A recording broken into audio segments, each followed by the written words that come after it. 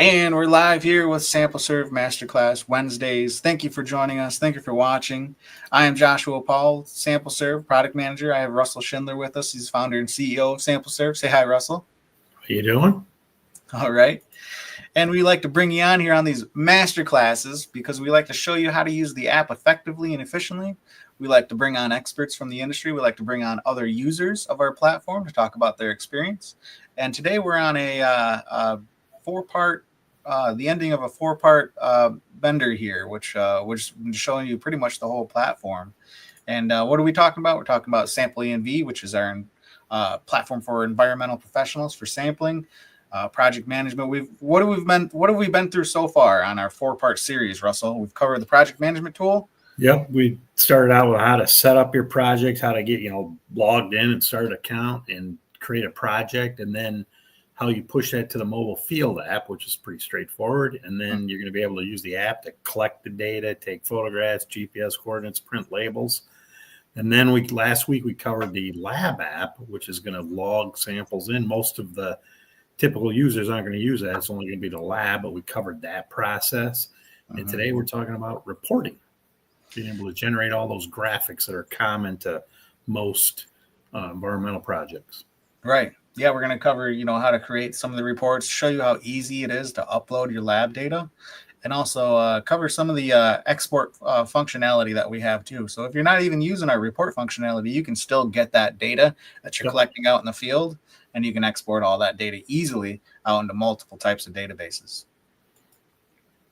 So our graphics and reporting, it's very easy to upload the data. Depends on, the lab can give you all types of data. If they're giving you, PDFs or, just file like text files, that's not going to work because obviously, it's not machine readable. We need something in a CSV or Excel file. Flat file is what we like to call it. Just has columns on the top, rows on the bottom for your data. And then that's easily uploaded though. Point and drag and drop that information into the platform. And you can report on all types of media. We support reporting for groundwater, surface water, drinking water, soil, all kinds of media that you can generate reports on. And if the lab is participating, and not all labs are, but there are a few labs out there that are participating with our program more and more all the time, they'll actually be able to upload the data directly. Yep. Yeah, you won't even have to finagle with a file or anything like that. Yep. So we do all kinds of different types of graphics. You can do flow contour maps, isochemical contours, all types of tables. You can add anything onto these tables, analytical graphs, and data box maps. And we can also do anything on a cross section if you have one as well. So here's just another list of the type of maps that we can do. You can pause this if you'd like. We also do customization. So a lot of people, a lot of our clients, they want something special. And every single new addition on our reporting functionality comes from what a client requests or a user wants to add. So, if it's going to be applicable to more than one person, yeah, we'll add that for you and have it available for everybody else. And it's really nice because, if you really want something that will improve our platform, we'll go ahead and add it for you as well. With our database functionality, we have a lot of options, especially for specific states. We can develop specific state options here. You can see there's a little button here that says Minnesota export. This will generate a file that you can put into your Equus system. That's what they're using. And we also have an export function here, which generates into a general export functionality to export Equus database as well. So if you're using Equus, pretty much just hit that button, pick the dates that you want to export for, and it's going to generate this zip file with all your files in here already ready to go. You don't need to manipulate any of this. It can be exported pretty easily. So let's get into the platform itself and show you around here. I'm going to back out first. I'm going to head over to Data tab here. This is my project that we've been working on, and I just want to show you. We have soil and groundwater on this project that we've been doing. And here's a list of all the lab data files that are going to be uploaded. If there's multiple ones uploaded, you can access them. It'll show you who has uploaded it, when it was uploaded, and you can download your historical data here easily. If you want to upload data, there's a couple ways. You can download this sample CSV file that we have here. And let me just show you what that looks like.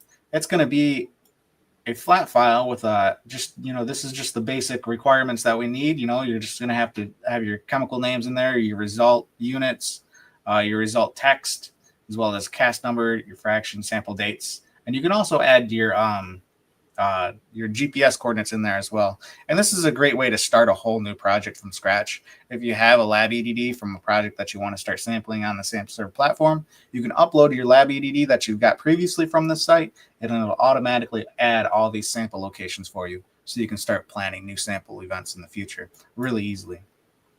And what you do is you delete all this data here, you'd add your data, save that file, give it a specific name, and then you drag and drop that file right here in the CSV file, drag and drop option here. And most lab systems can actually generate that CSV file, that flat file for you. So if you're using one, especially when some of the major labs have got more modern LIMS systems, you tell them you want a flat file of all your historical data, they can usually get that to you. Even if you've got samples going back years and years, they can get you that flat file, and then you can upload it. Get all of your historical data uploaded in one swoop. Right.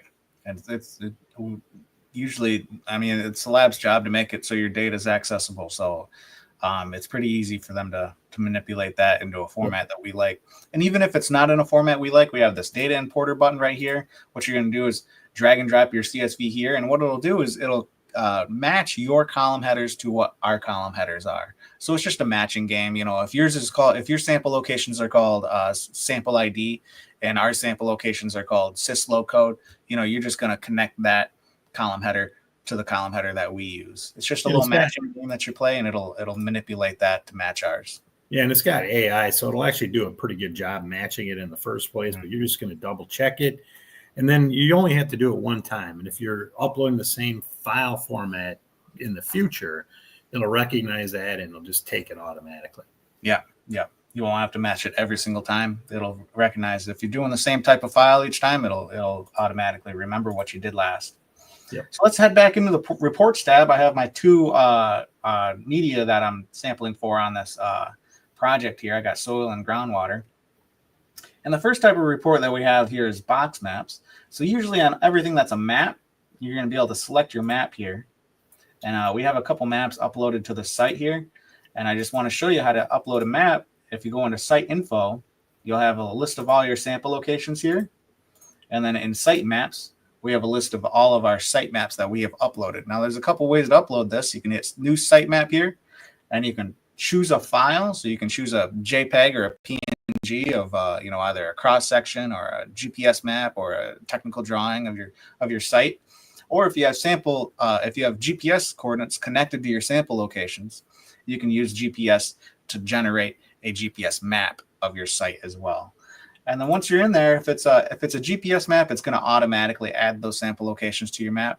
But if you're just uploading a picture, you can easily add sample locations by clicking on the map here and hitting save. And it's going to give you a list of all the sample locations that you have in your project. And that list will dwindle down as you start adding more and more sample locations to your map. So heading back over into reports, we have a couple maps here. With their box maps, you're just going to have to select the dates of your analytical uploads here. You can select your comparison criteria, and what that's going to do, it's going to highlight these red dots here whenever you're over your limits here, or these red lines. And then you can pick your substances. So you can add as many as you'd like. Your boxes are going to get bigger if you add, a bunch of them. You can specifically, you can get down to pretty much any kind of analyte that you want to show off here. So here we're just doing xylene. And it's an unlimited number. You can create as many of these images as you want. We've got some people that they'll have a separate image for, benzene and a separate one for xylene. So there's no limit on the number of graphics that you can do, and as many times as you want to generate them. It's just unlimited. Yeah, we don't care how many times you generate a map. It's up to you. You can go and experiment, try as many different versions as you like.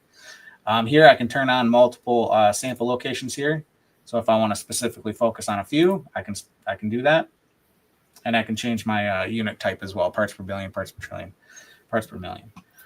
So box maps are pretty straightforward. You know, I can change the size of my box maps, make them bigger. I can make the map smaller or bigger, make it so it fits. And when I move this box around, it's nice because it's going to have this little red line on each. The closest corner is going to connect that red line to whichever sample location that you're showing off here.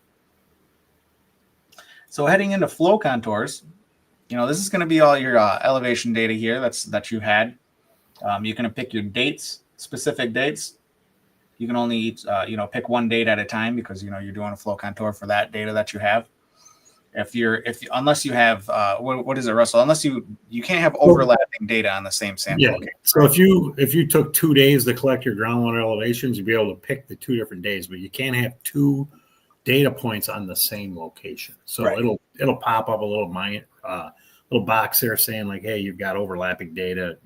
Change your date selection. Right. Yeah, because you need to have just one data point for each sample location. One elevation. Yeah. Yeah, so these are all my elevation data points here. What I can do is I can turn these on and off just by clicking it, and it won't use that data point to make my elevation here. Yeah, so once in a while you just got bad data. Maybe that is screened in a particular lens and it's a different elevation. It just doesn't make sense. It's not the same aquifer. So you can turn them off and on. So that's where the artistic interpretation comes in, is being able to kind of pick the ones you want that make sense, and it'll go ahead and generate a contour. Yeah, and I can add the specific type or a number of contours that I'd like to have in my map as well. Yep. And that'll essentially give it more detail when you have a bigger site, or it'll make it so it'll give you a little bit more information if you have the proper amount of sample locations that you want. Sometimes if you've got a really flat water table, it will look better if you got more contours, or if it's really steep, you want less contours just to kind of be able to show the resolution there. Yeah. So I have this. I just clicked generate report here. I'm going to go to this PDF here. So it's going to give me, flow lines in the direction that we're going. And like I said before, I turned these ones off over here, so there's no data over here, but I can turn them on, create another report. As many times, you can hit that generate report button as many times as you'd like. Yep. In those flow lines, the lighter blue lines, they're very specific, so they could be actually in different directions at different parts of the aquifer, but you can turn those off or on if you don't like them. Yeah. Flow lines right here, on or off. The nice thing is I can hit the save button on any of these report functionalities, and it'll stay this way. It'll remember what your preferences are, and it'll stay that way every time I go back in. So if I add some more lab data or some more groundwater elevation data, all I got to do is just pick the new date, and everything will be the same. Yeah, it'll do the same number of contours, that kind of thing. Right. Really speeds up future reports. So. Right. Now, isochemical contours, a little bit different, but kind of the same. The only difference with this is, you're still going to pick your dates. You're going to pick your analytes here that we're doing. So this is a totaling up for everything xylene on this map right here. So we have some xylene here in the ground. And we have, we're picking this single date that we have data for here. And we have a 0 line on. And what we can do is we can do a base contour for, it'll show you the... Do 380. 380. So it'll give us this base contour for 380. The outermost value will stop at 380 here.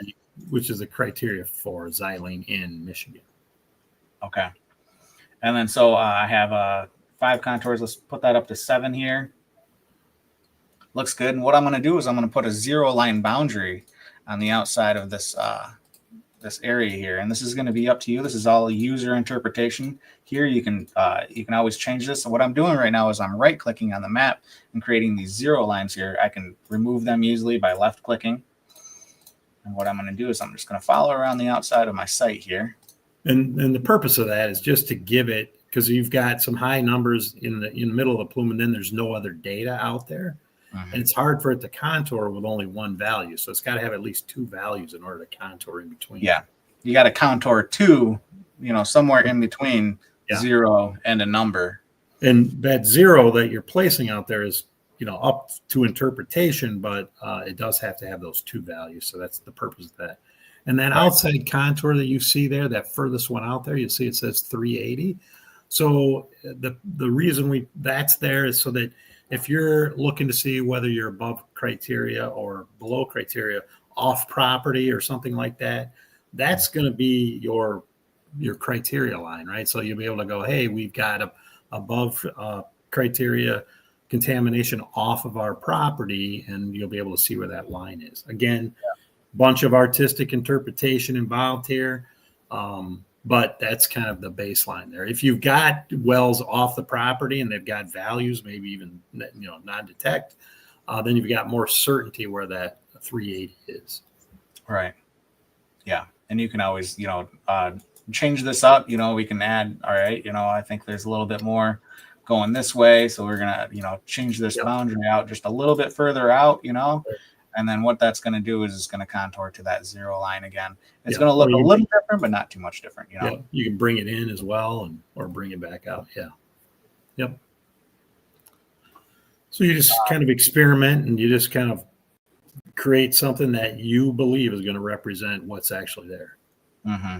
And you can do a total BTEX. So, your example just had xylene, but if you added in, the other BTEX values, it would do that as well. Yeah, it's just going to total up everything that you have for both. So I can add in, toluene. It'll add everything. It'll combine both and add that together. Yeah. So we've got clients that'll do 2 separate maps. One will be if they've got like a diesel spill on part of the site and then the gasoline spill on another part, they'll do the diesel plume on one map and the gasoline plume on another. And they'll save those images so that when new data comes in, they don't have to go and do a bunch of work to recreate it. It's just saved. They just go with the new date of the sample, and they're able to do everything real quickly. Right. Now with analytical graphs here, explain this, Russell. So what you have there is that analytical or field data? These are analytical. Okay. So you see the different chemicals and the dates are across the bottom. A couple of things I'll note is the dates are actually proportional. So if you've got a bunch of samples right in a row, and then you skip, 3/4, you'll see that gap in there. So it really represents trends in a more true fashion versus kind of evenly spaced dates, and it doesn't really represent skipped dates. And then it'll do, I think, up to 14 different chemicals, so you can see the different chemicals. And if you hover over it, it'll actually show you the values.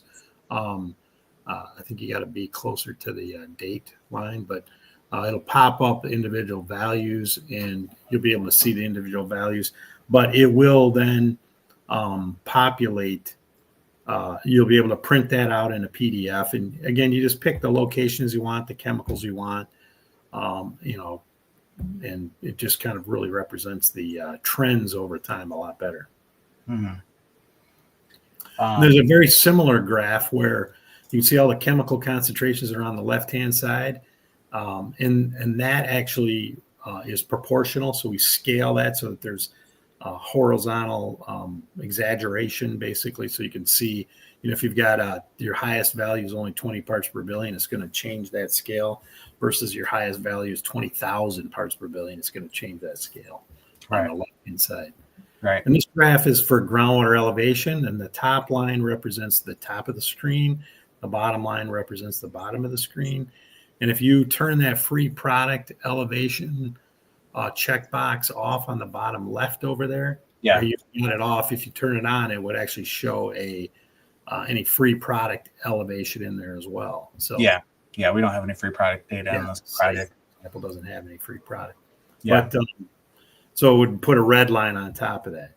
And this is a combination graph where it shows you groundwater elevation on the right-hand side and then contaminant on the left-hand side. And this is really good for determining whether or not you've got source area soil. So if the water goes up and contamination goes up, water elevation goes up into the vadose zone, and you're all of a sudden seeing increases in contamination, you likely have some source soil still there. So it really helps you be able to figure that stuff out. If groundwater goes down and contamination remains the same or maybe downgrading, it just gets diluted as it goes up. It just really helps you evaluate the state of the contaminant and the placement within the vadose zone by looking at groundwater elevation. Yeah. You can also graph out all your field data that you've collected in the field as well. We got turbidity, pH, anything that you're collecting in the field here, we can plot on graphs as well. Yep. And then heading over to our tables, analytical data tables. These are really nice because you can essentially make these as big as small as you want. You can add up to 3 different comparison criteria here. I'm just grabbing 3 random ones here. And it's going to give you those. They're going to be color coded based on what the nearest one that you're hitting or your overages are. Yeah. So it's going to be blue, then orange, and then red for the highest criteria. Highest value is always going to, if you've exceeded that, you're going to be a red number. Right. Yeah. And then, you can add as many substances as you want on here. And the nice thing is that on analytical data tables, you can actually add, is it field data tables, or one of them you can actually grab any of your